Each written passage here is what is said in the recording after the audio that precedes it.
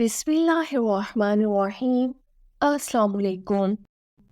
خلیفہ ہارون رشید کے سامنے ایک باغی کو ہتھ کڑیوں میں پیش کیا گیا۔ یہ خطرناک شخص تھا۔ ہارون اس کے قتل کا فیصلہ کر چکا تھا۔ قتل کا حکم دینے سے پہلے ہارون رشید نے غضبناک آواز میں باغی سے پوچھا، اب تیرے ساتھ کیا سلوک کیا جائے؟ اس نے بے خوف ہو کر کہا، وہی سلوک کریں جو کل اللہ تعالیٰ آپ کے ساتھ کریں گے۔ ہارون رشید کا غصہ فوراً دور ہو گیا۔ اس نے سر جھکا لیا۔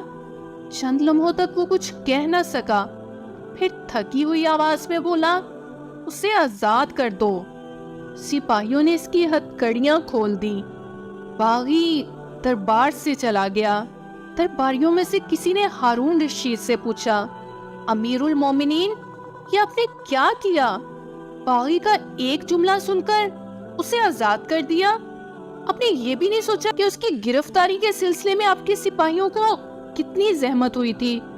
پھر یہ کہ اس کی رہائی سے شرپسندوں کو اور شے مل سکتی ہے۔ یہ سن کر ہارون رشید نے بے ساختہ حکم دیا، باغی کو پھر گرفتار کر لیا جائے۔ باغی کو دوبارہ اس کے سامنے ہتھ کڑیوں میں پیش کیا گیا۔ اس نے دربار میں آتے ہی کہا، حضور، میرے بارے میں دوسروں کی رائے پر کان مت دھریے۔ اگر آپ اللہ تعالیٰ کے بارے میں دوسروں کی رائے سنتے تو آپ ایک لمحے کے لیے بھی خلیفہ نہیں رہ سکتے۔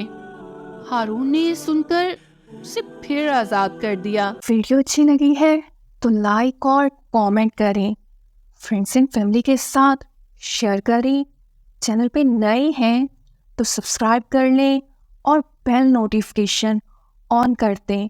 ملتے ہیں آپ سے نیکسٹ ویڈیو میں۔ اللہ حافظ۔